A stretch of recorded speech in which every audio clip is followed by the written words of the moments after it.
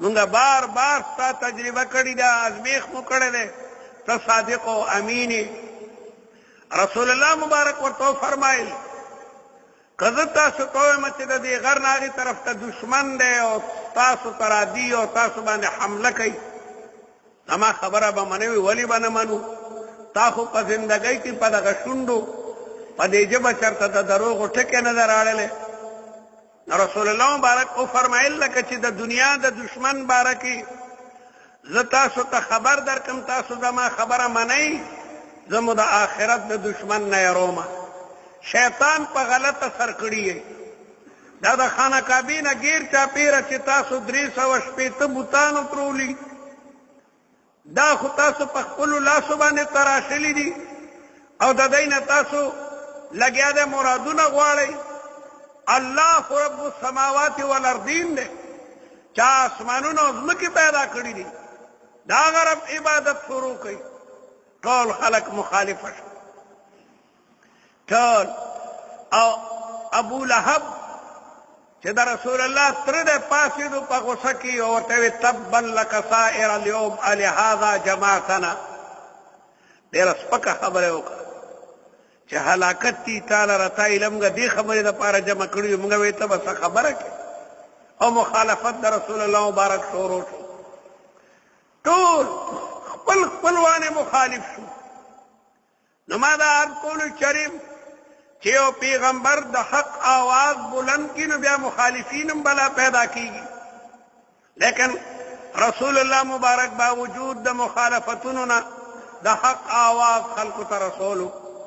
زه په دې رسول الله انفرادي اجتماعي دعوتونه ورکړي دي، ټول مخالفه. رسول الله مبارک دعوت ورکولو خلقو ته. علامه آلوسی را نقل کوي چې یو نوجوان روانو او خلقو ته ووایي چې خلقو قولوا لا اله الا الله، اے خلقو د لا اله الا الله کلمه ووایئ. الہ معبود یو د رب العالمین جل جلاله ذات دی. او ورپسې رسته یو بوډا کاڼي په جولۍ کې اخیستي و، دا مخکنی سړی ویشتو او خلقو ته وی ایها الناس لا تصدقوه، خلقو دا خبره مه منئ فانه کذاب. وای ما تپوس وکړو چې دا مخکنی څوک ته وی؟ دا محمد مصطفی صلی الله علیه وسلم دی. دی خلقو ته د هدایت لاره ښیي او دا رستنی ابو لهب دی، دی د ده مخالفت کوي. نو د رسول الله مبارک مخالفت شروع کو. تمام قریشی قبیله د رسول الله مبارک لګیا دی مخالفت کوي. د ټولو نه مخکې په رسول الله مبارک باندې ایمان بی خدیجه الکبرا راړو، او په سړو کې ابوبکر صدیق، او په ځوانانو کې حضرت علی، او په غلامانو کې بلال. شپږم نمبر عبدالله ابن مسعود هم بیا اسلام راړلی دی. دا یو څو تنه د رسول الله مبارک سره و. نو ما دا عرض کولو چې چریم د حق آواز بلند شي نو مخالفین هم بیا ډېري، لیکن پیغمبران باوجود د مخالفت نه د حق آواز خلقو ته رسوي. پیغمبر علیه الصلاة والسلام ته په دغه لاره کې بلا تکلیفونه رسېدلي دي. رسول الله مبارک فرمایي لقد اوذیت فی الله ما لم یوضع احد، دا الله تعالی په لاره کې ما ته بلا اذیتونه را رسېدلي دي چې ما نه مخکینو پیغمبرانو ته هم دومره اذیتونه نو رسېدلي. ولقد خفت فی الله ما لم یخف احد. الله تعالی دې آیاتونو کې دغه خبره کوي چې یوازې دا مه وایئ چې بس مونږ د لا اله الا الله کلمه وواله او بس جنت ته به ځو. دا ډېر وایي که نه مړه، خو بس کلمه مې ویلې ده که نه. چې ورته یې مونځ کو ولې هلکه دا اسلام په مونځ کې دی، هلکه روژه ولې نه نیسي ولې دا اسلام په روژه کې دی، هلکه دا کوه، هر یو خبره به درته رد کوي. نو اسلام بیا څه ته وایي؟ اسلام وایي څه ته؟ چې ته مونځ نه کوې او اعتراض کوې چې ولې دا اسلام په مونځ کې دی، چې در ټول روژه ونیسو ته ولې دا اسلام په روژه کې دی، هلکه مالدار یې حج وکړه ولې دا اسلام په حج کې دی، هلکه ځکه نو اسلام دی څه کې؟ اسلام څه ته وایي؟ خلقو د اسلام نه یو ټوکه جوړه کړې ده. الله تعالی وایي احسب الناس آیا خلق دا خیال کوي ان یترکو چې بس دی به جنت ته ځي دی به پرېښودی شي ان یقولو آمنا صرف د آمنا په وینا باندې ما ایمان آورده یم مونږ ایمان راړلی او بس مونږ خو مړه د لا اله الا الله محمد رسول الله کلمه ویلي وهم لا یفتنون او حالانکه دی باندې لا امتحانات نه دي راغلي د دې کلمې په لاره کې د دې اسلام په لاره کې په انسان باندې بلا امتحانات راځي د دې کلمې بلا تقاضاګانې دي هغه ټولې تقاضاګانې به پوره کې او الله تعالی وایي دا سنوي خبره نه ده ولقد فتنا الذين من قبلهم موږ د مخکینو خلکو نه امتحانات اخیستي پیغمبران د اوسپنو پارو اره شوي دي او د اوسپنو په منګوزو منګز شوي دي لیکن هغوی د لا اله الا الله کلمه نه ده پریښي ولقد فتنا الذين من قبلهم فلا يعلمن الله الذين صدقوا پس الله تعالی جدا کی رشتونی ولا يعلمن الكاذبين او جدا کی دروغجن امتحان کی پتہ لگی چې رشتونه څوک ته او دروغجن څوک ته د وینې مجنون څوک ته او د پيو مجنون څوک ته امتحان کی پتہ لگی عند الامتحان یکرم الرجل او یهان امتحان کی د سړی پتہ لگی د یو طالب علم پته په امتحان کې لګي چې د امتحان ته تیاری کړو پاس شو که پکې فیل شو زما وروڼو د ابتدا راسې د حق او د باطل دا معرکه جاری ده علماء کرامو هر وخت کې د حق آواز بلند کړی دی او مخالفینو مخالفت هم کړی دی سر کې خود رسول الله مبارک صرف مشرکان دشمنانو مکه مکرمه کې مشرکینو د رسول الله مبارک خلاف شروع کړلو تر دې چې د رسول الله د قتل اراده وکړه چې دی وجنو او صلاح وکړه چې د هرې قبیلې نه یو سړی راشي او د شپې به پې حمله وکړو نو د ده خپلوان دومره تکړه نه دي چې د ټولو قبایلو مقابله وکړي او رسول الله مبارک باندې وحی راځي چې زما خوږه پیغمبره اوس ته دا مکه مکرمه پرېږده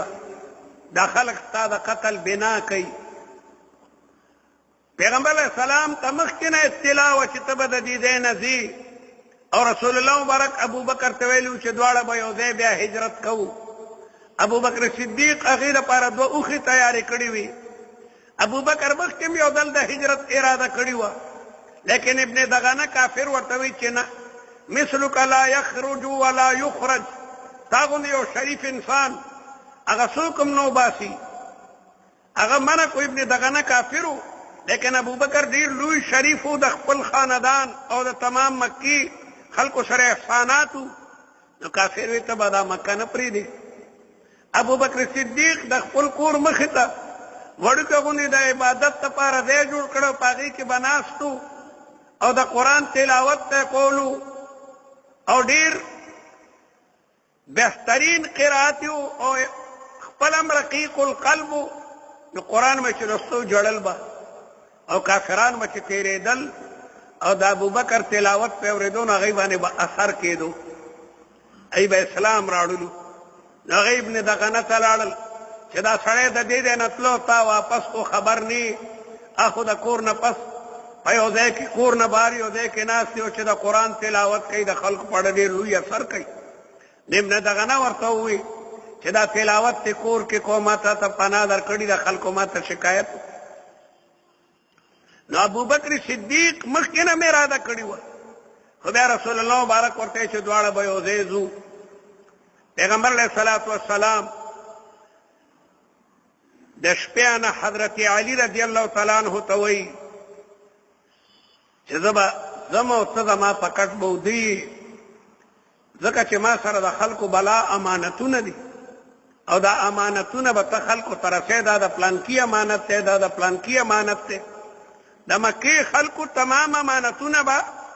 رسول الله مبارک سره کېښودل او پیغمبر علیه السلام چې دي ټولو کافرانو د کور نه ګیرا چولې ده